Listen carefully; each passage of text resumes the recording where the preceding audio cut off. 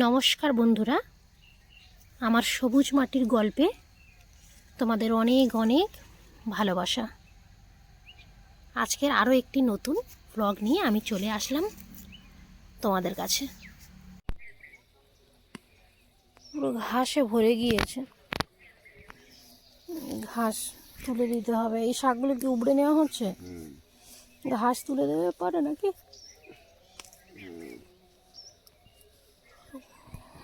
এদিকে শাকগুলো বড় হয়ে গেছে, মূলো শাকগুলো সেটা তুলে নিয়েছিলাম, ফাঁকা করে দিয়েছিলাম, কিন্তু কত বড় হয়ে গিয়েছে। আর তোমার বিনস গাছগুলো বড় হয়েছে। এগুলো কি ওই লাঠি দিয়ে দাঁড় করিয়ে দিতে হবে না এমনি হয়ে যাবে? এখানে সর্ষে শাকগুলো খুব ঘন হয়ে গিয়েছে। এখানেও লাল শাক আছে, কলমি শাকগুলো হয়েছে। কোনটা খাবে কি করবে দেখো চারিদিকে।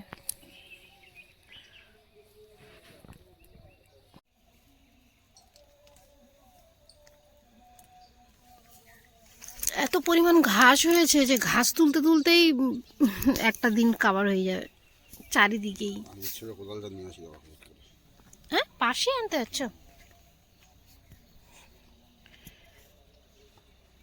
কত সুন্দর লাল শাক হয়েছে, একদম ডিপ লাল। আর এদিকে গাজর গাছগুলো দেওয়া হয়েছে। গাজর গাছগুলো এখনও বড় হয়নি, ছোট্ট ছোট্ট আছে, কিন্তু প্রচুর ঘাস হয়েছে গাজর গাছেও। অনেক সকাল, খুব শিশির পড়েছে। মূলো গাছগুলো বড় হয়ে গিয়েছে, মূলো হয়ে গিয়েছে গোড়ায় অনেক। কোনটা ছেড়ে কোনটা খাওয়াবে মানে বোঝাই যায় না।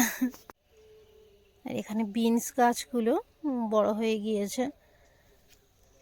ওই যে ওলকপি ফুলকপি গাছগুলো দেখো বড় হয়ে গিয়েছে এখন। এটাই মানে কি বলবো, গ্রামে থেকে নিজের হাতে সবজি ফলিয়ে খাওয়ার একটা তৃপ্তি, আলাদাই তৃপ্তি। জানি গ্রাম শহরের থেকে একটু মনে হয় অনেকের কাছে পিছিয়ে, কারণ হাতের কাছে সবসময় সব কিছু পাওয়া যায় না। তো সব কিছু পজিটিভ খুঁজতে গেলে না সব জায়গায় একসাথে মেলে না। আজকে ওই কারণেই সকাল থেকে বাগানে চলে আসা। বাগানে প্রচুর কাজ। এই যে কর্তামশাই বাগান পরিষ্কার করছেন।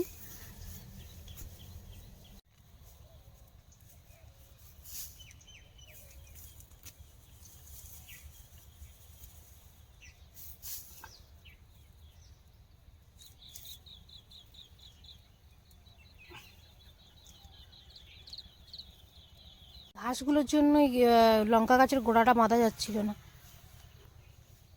ঘাস তুলে দিয়েছো, এবার গাছটাও কেমন রোগা রোগা হয়েছে। আর ওই ওই শাকগুলো না তুললে তো বেগুন গাছ আর ওই যে লঙ্কা গাছটা আছে ওইগুলোও তো করা যাবে না। আস্তে আস্তে করে দিচ্ছি।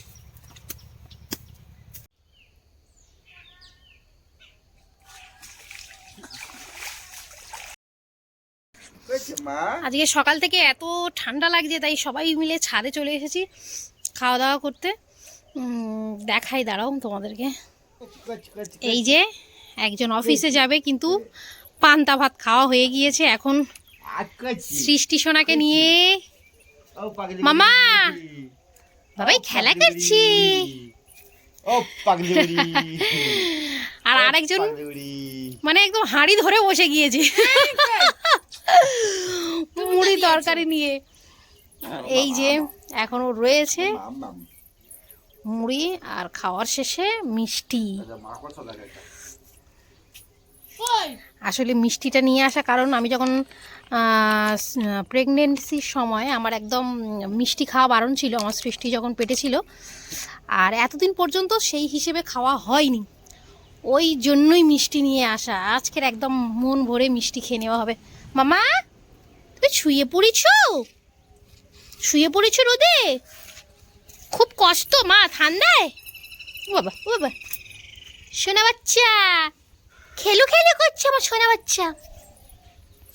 আরেকজন অফিসে যাওয়ার উদ্দেশ্যে দেরি হচ্ছে। এই যে চলে এসো, মিষ্টি খেতে চাইলে চলে এসো। তুমি কি খাবে? তুই তো হাঁড়ি নিয়ে বসে গিয়েছিস খেতে। তুমি দিয়েছো। যদি খেতে চাও চলে এসে। আমি তো হাত ধরে দাও। আচ্ছা তোমার হাত দিতে হবে না, আমি দিয়ে দিচ্ছি। বাবা কি বড় গাল করলো। আর কে নেবে তো? না একটাই? কেন বয়স হয়ে যাচ্ছে ওরে নাকি? নাকি ডায়েটে আছো? তোমার বুড়ি দেখলেই লোকে বুঝে যাবে তুমি বিশাল ডায়েটে আছো। আমা তুমি কার্যকর, তুমিও কি ডায়েটে আছো মা? সৃষ্টি শোনা? ও বাবা গো, আমার মামা কাদু কাদু করছে। শীতকাল মানেই শান্তি রোদে। সিমরান চলে এসেছে রোদে পড়াশোনা করতে। পড়াশোনা যেমন তেমন বসে এদিক ওদিক চারিদিকে মানে চকমক করছে, কি হচ্ছে না হচ্ছে। এই যে খাওয়া দাওয়া হয়ে গিয়েছে সকালবেলা সমস্ত কিছু, ওদিকে সৃষ্টি হু হু করছে। আর খাওয়া দাওয়ার পরে মিষ্টি হলে সত্যিই জমে যায়।